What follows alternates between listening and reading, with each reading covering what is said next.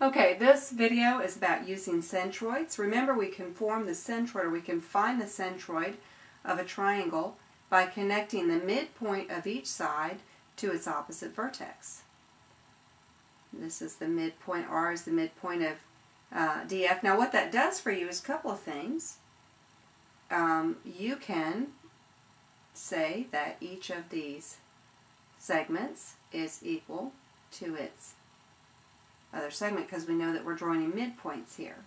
But another part of the centroid's claim to fame is that each of these segments, the end of the segment that is closest to the vertex is 2/3 of the length of the segment, and the remaining part is just 1/3. So if you can divide your segments up into 3 parts in your mind, you can use your 2/3 rule to discover what the lengths of each of the segments is. So let's do some practice with that. I am on page 905 in your book, and I'm at the top of the page doing work from 5.4.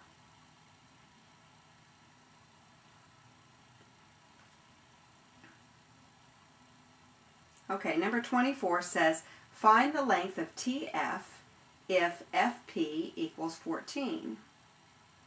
So we're going to go over here, and someone's already penciled this in the book I was using. FP is 14.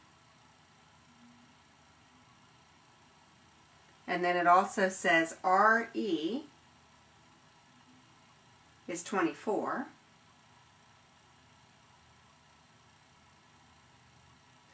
And it says that PS is 8.5. It's PS. Okay, so number 25 tells you to find TF. So looking at TF, you remember that it's divided up into 3 parts, and if FP is 14, then we know we have 3 sections that are 7 pieces or 7 units long. So this is 7, and this is 7, and this is 7. So by doing this in your head, you can say TF is 21. You could also say 2/3 of TF is equal to 14, because FP is 2/3 and it's 14. And then you can multiply by the reciprocal here on both sides, causing those to cancel, and you have TF is equal to, canceling your 14 and your 2, 21. So TF is equal to 21.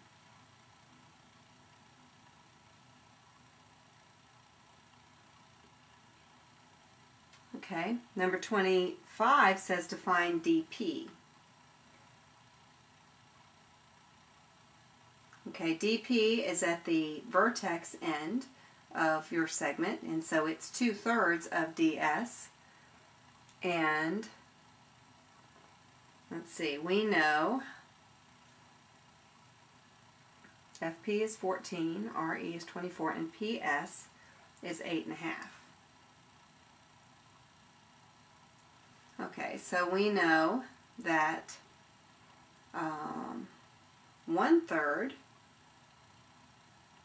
of DS is equal to 8.5. Now another way for you to work this is to say, I know that I need 3 parts because it's broken up into thirds, and so each of these is 8.5.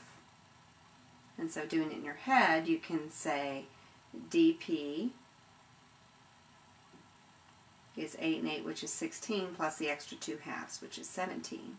Or you could say 1/3 of DS is 8.5, so multiply each side by 3 to get rid of the fraction, and you get 25.5.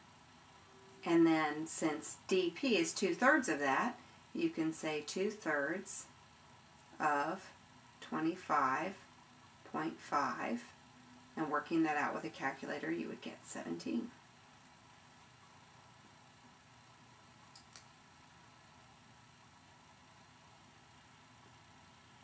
Okay, it says find DS. Well, we just found DS. It was 25.5. And we did that by saying if this is 8.5 and we've got this broken up into two segments that are 8.5, then ds has to be 3 times 8.5, which is 25.5. Or you can say 1/3 of ds is equal to 8.5, like we just did, and then multiply both sides by 3 to find what ds is.